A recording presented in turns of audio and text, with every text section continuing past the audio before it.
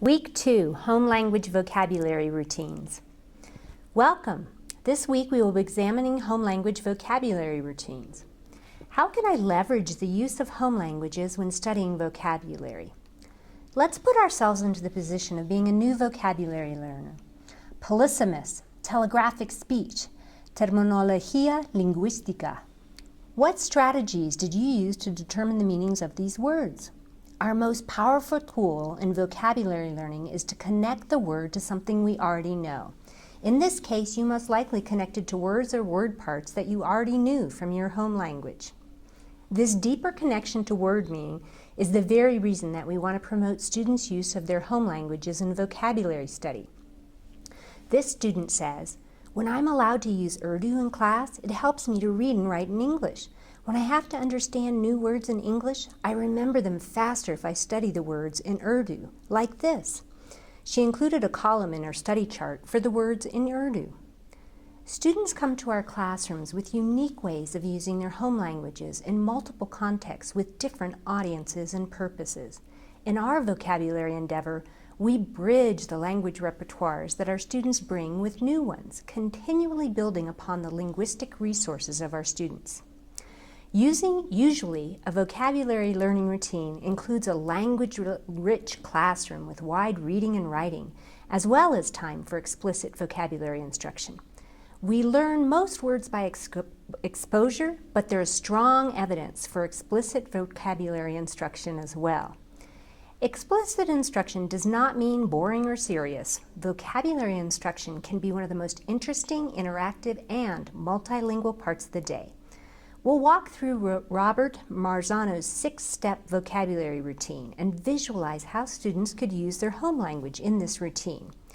Your vocabulary routine will most likely look different than this routine. The big idea is to think about where home languages might fit into your own routine.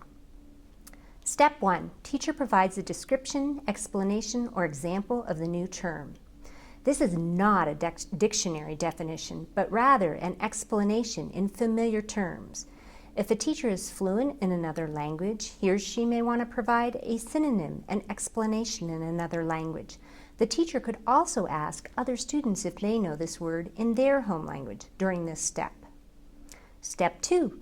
Students restate the explanation in their own words. This may be a tough step for students to grasp. They may want to write down exactly what the teacher said.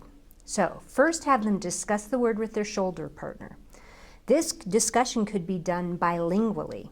Then share out a few explanations, making sure students are getting the correct meaning. Then have them write down their description in their own words. This writing piece could also be done bilingually. Step 3, students construct a picture, symbol, or graphic representing the term. Students need to visualize this word in a way that does not use text, a picture or a symbol. So while this is going on, students may be conversing with their partners in their home languages. They may be labeling their pictures in their home languages. By translating words, they're going to come to discover cognates and patterns between English and their home languages. Here, with echo and chaos, the English CH is spelled with just a C in Spanish. Step 4, there are many ways to help students deepen their knowledge of words. They could identify synonyms or antonyms, list related words, draw an additional graphic, compare terms. Many of these activities could be done bilingually. Step 5, periodically ask students to discuss the terms with one another. The talk portion of vocabulary study is crucial for bilingual learners. You can pair students with someone who speaks their home language and promote the use of the home language in the oral activity. By practicing in their home languages, students may be able to have a richer discussion about the words when placed with an English-only partner. Step 6, play games. Jeopardy, charades, bingo. All languages are welcome during game time. Marzano's routine may or may not match your vocabulary routine.